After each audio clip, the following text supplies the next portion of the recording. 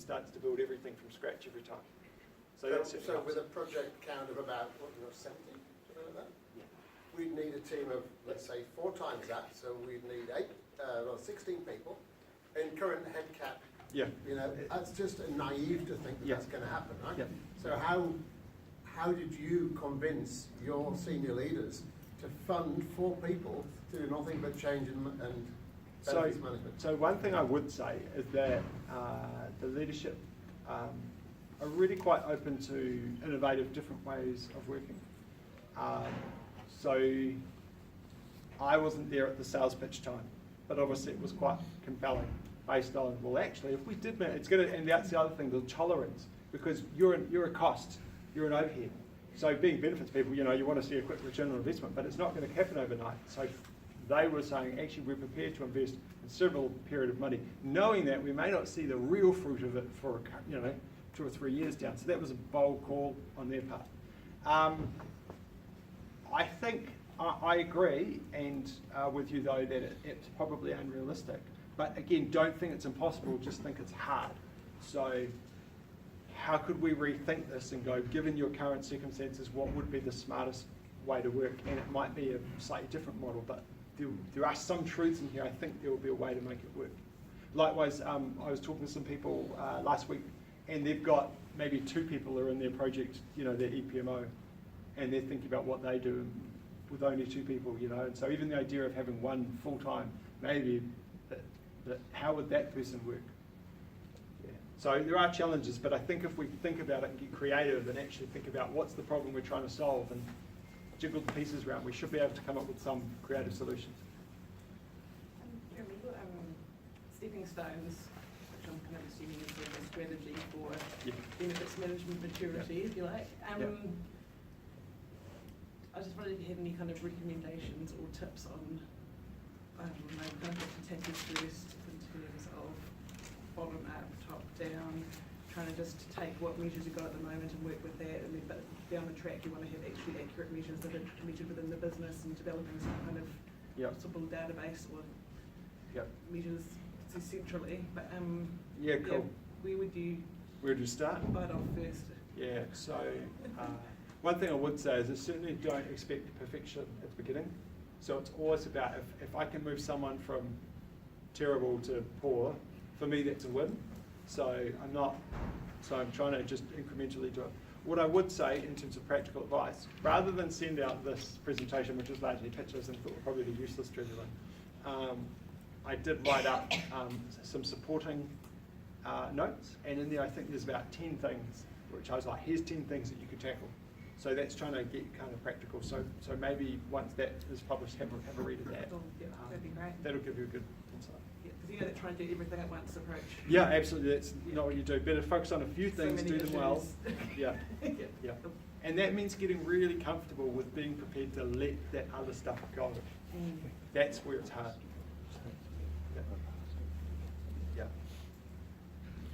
I'm going to ask emerging benefits. How do you do that? You mentioned sort of around how important they are. Yeah.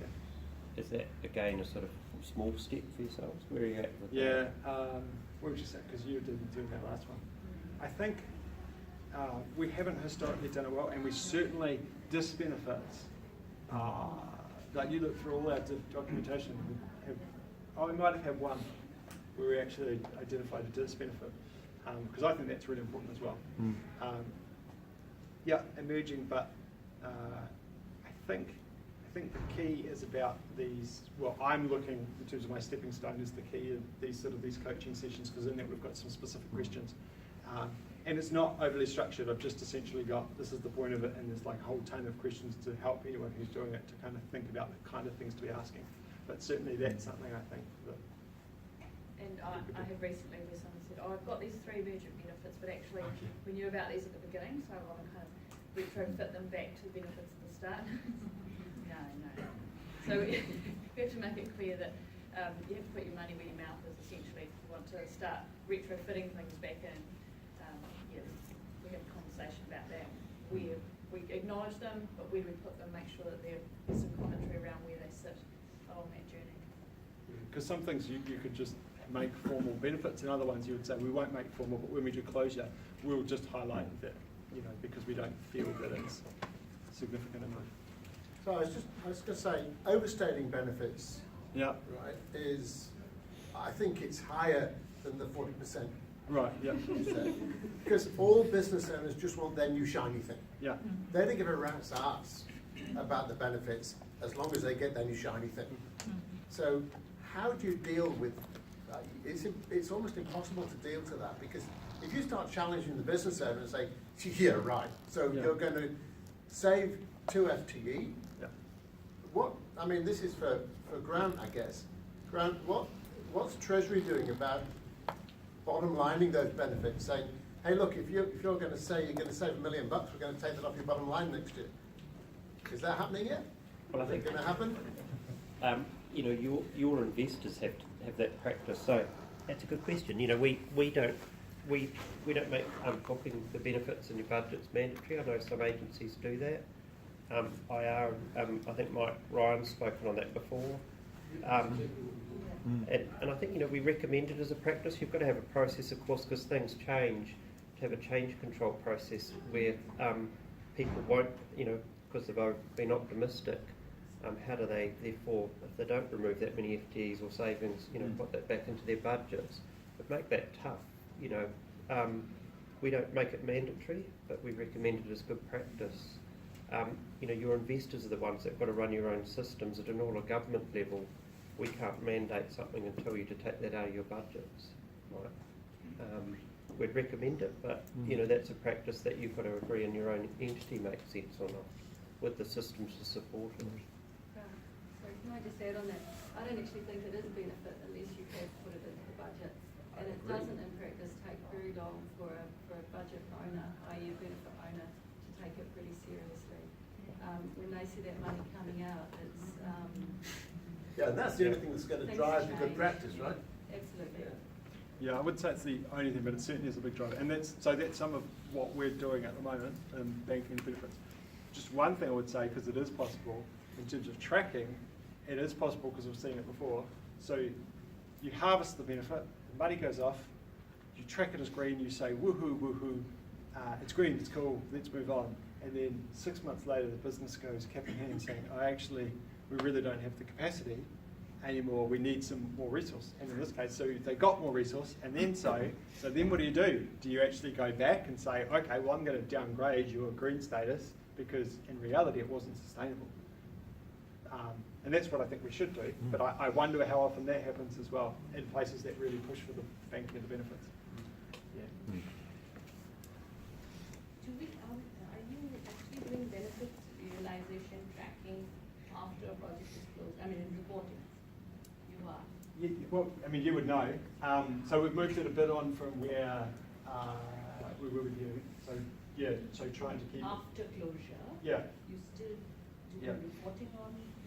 So it's all about, and so we're changing. So one of the other things I didn't mention that we're trying to do is, as well as the standard project reporting and portfolio reporting, which may be this big sheet which goes off, and I kind of use the template actually I got from Mike. So thank you very much for that, Mike. You've made great use of it. If anyone's interested in really cool ways to visualize stuff, Mike can help you out. But the separate thing we're trying to do, so we have these bi-monthly meetings, and then once every 3 months, trying to push to have a half-hour meeting with executives, so where we can go in and give our free and frank, we can say, look, this is what the data says, but let's give you our free and frank opinion about what we think is going on and what are the things we think you might need to do. And that might be, we need you to really advocate for this project because we really want to drive behaviour change, but it may also be like, I think, there's some stuff bubbling away that you need to get a bit more clarity about what's going on there. So I think it's the combination of that qualitative and the quantitative, having that option for that independent voice to be heard. Because that's the other thing. So we were talking earlier about the cashable. We basically were saying it's only about the cashable benefits, but we know that there are a lot of projects which don't have cashable benefits. And it's important those that become the part. That's one. And second is how long do you actually track them for? I don't think we ever had any consensus on that. We're still struggling with that. Yeah. But certainly in terms of the non-financial, financial, still really love that idea of the normalised scale to at least try, even though we've got a kind of crude way of doing it, but trying to find a way that you can represent your non-financial benefits simply alongside your financial benefits in a way that the relative value is kind of comparable. That's something I'm really keen to, which I have, which you know, but you know, I want to keep building and building on that. So I think that's important. In terms of how long you should measure post-closure for, the rule of thumb that we have is until you prove it point one way or the other. I think that's Yeah. Do you mind just repeat? Take on that, in the financial benefits, we have to track for the life of the CBA, whatever's been put in the CBA. And I think our CBA template is 5 years. So a non-financial, we're a bit more flexible, so it depends, it's kind of estimated on the likely, it's kind of the point where the attribution from that piece of work is likely to drop off, or a whole lot of other stuff's gonna come and it might affect it. So there's a default of 2 years on a non-financial, Yeah. but that might actually vary considerably, depending on the division. DIA is 15 years for financial. Wow. Wow. So can you just repeat this slide's not Oh, so we were talking about how long do you track, just for those who might not have heard, we're talking about how long do you track benefits post-closure? And we got some really, we just heard 15 years, so it's like an option. We got 6 months, what do we got? 2 years, 15 years. Can I be 15 years? So, yeah, I guess there's no standard length that Treasury puts forward in that guidance where we say, hey, this is what we think best practice is. No, and I think, you know, the GCO and Jonathan, you know, they're in the ICT space because of that change is happening even faster and faster. Your environment is changing so fast that the shorter is probably better. Yeah. If you go longer than that, then actually was that the thing that, you know, so much else is changing around you, is that project and its benefits still the thing that's valid 5 years down the track? Yeah. It's not. Yeah.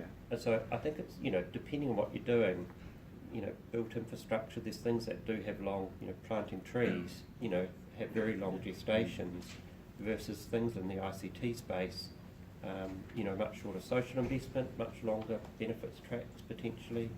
And so I think it's choosing the right length of time that makes sense for you to track, and at a point in time where it doesn't make sense, closing that off and having a benefits review that your investor's comfortable with doing that. Yeah. Yep, that sounds right. And I think our current state is probably a little bit like Mike's. You know, if there's not the appetite for it, then, you know, if the value proposition of continuing to measure and monitor, we don't seem to have much tolerance to just measure stuff unless you could, because of the effort, because it's just seen as waste. Yeah. And I see both sides of it. It's about the effort, it's more about the fact that it's a changing environment. Yes. Yeah. Yeah, it makes That's sense. fair. Just a wee comment on emergent benefits and the psychology around it. We've had a few good emergent benefits, and what I find is that people love them. Yeah. And once somebody's got one, somebody else wants to get one. It actually, That's what they find, yeah. it's a really positive thing. Yeah. Yeah. And it is part of that, you know, that value culture that in the benefits book talks about. I think that's so critical. How do we create this whole thing where our organisation, we're looking for value, we've really got that mindset. But it's exciting, right? Yeah. Like, yeah, you've had that, because you've had that moment of insight, so to speak. Oh, actually, what about this? This is valuable. We've got to tell people. That's a really empowering moment for a person to discover that. Cool. Cool. Hi. Sorry, with regard to how long you should be tracking the benefits after your project is live, that ought to reflect what you put in your business case. Because the business case ought to be a multi-year thing. Yeah. And if you think, well, realistically, we're going to get benefits on this for the first couple of years and then they're going to tail off, that should all be in there Yeah. somewhere. Yeah. And that should tie back. If you're Yeah. building a building that's going to be around for 50 years and you reckon this is going to have benefits for 15, then that changes your numbers. So that should make a difference to how often you track them and how long you track them. Yeah, and that sounds a little bit like what you're doing, right? But that's kind of, to me, that's a finance approach. Right. No, not necessarily. Well, a little bit. I mean, our finance group, I would totally support it. But I actually really like the IRD stats approach around what's really meaningful in terms of the value you're delivering. Yeah. And I guess this is a great example of how we're trying to just pick our battles, because there are just so many things that we could talk about. And so we are certainly not, there's so many things where I would look at it, if you came in, I would go, I need to do so much more work. So I certainly don't think we have got it all sorted, but we're progressing, and I'm happy with how we're progressing. Okay. Hey, could I have a round of applause for Jeremy? I think that was a fantastic presentation. presentation. I think, learnings for me, I think, that to me is around the change management of doing benefits. I think that's fantastic. I think, the use of cartoons and pictures.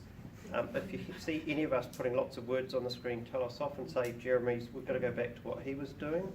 And he can run it for my kids and talk benefits, and I'm sure they'll get the gist of the story based on what he had on screen. Thanks for your effort in pulling that together. I think it's fantastic. We'll be sending out, so he's got 2 documents, and I'd really recommend reading those, which tell you those tips and helpful 10 things you could do tomorrow, really, when you go back into your entity and see if that works for you. Thought I'd just mention the next community, Landon, down the front here from Defence, has lined up, been working as well for the last 2 and a bit years or more in Defence, and has done a lessons learnt review on the rollout of benefits within their capability branch. I think some really good nuggets have come out of that, so he's going to tell us about what the lessons learned are. And where are you now working? Well, the idea is now that's running its business as usual in our biggest portfolio, and just to give you some context, Defence is looking to spend around $19 billion between now and 2030, and this particular portfolio is about 17 billion of that, so it's a pretty big chunk. Now, the discussion we've just had now in this great presentation by Stats, my presentation will be an extension of that, but it'll answer a lot of the questions that you asked at the end from our perspective, because we actually had to address those challenges and make it work as business as usual. So that's where we're at now. We started this journey back in 2013, so there's a lot of learnings there. I'm looking forward to sharing with you guys. Great, so I hope you can make it along to that. I think it's back here at MB in October. And just also mentioning then Steve Jenner, so the Managing Benefits book author, or as he deems himself, the Rottweiler of benefits. We've got him back in New Zealand in November. There's a range of things in Christchurch, Wellington and Auckland. The Wellington sessions, there's a benefits analytics session on the Monday morning, and then a full day portfolio management masterclass. Both of those are almost full, but I've seen the links out again with the notes from this. If anyone is interested, I think we're almost at full capacity in Wellington with 40 people at each of those sessions. There is a benefits community, I think on the Tuesday or Wednesday when he's here, so make sure you look at that and see if you can come along. He's a very entertaining speaker as well. So any other questions from the floor? Otherwise we'll call that a wrap today. No, so thanks very much, and thanks to MB for hosting again.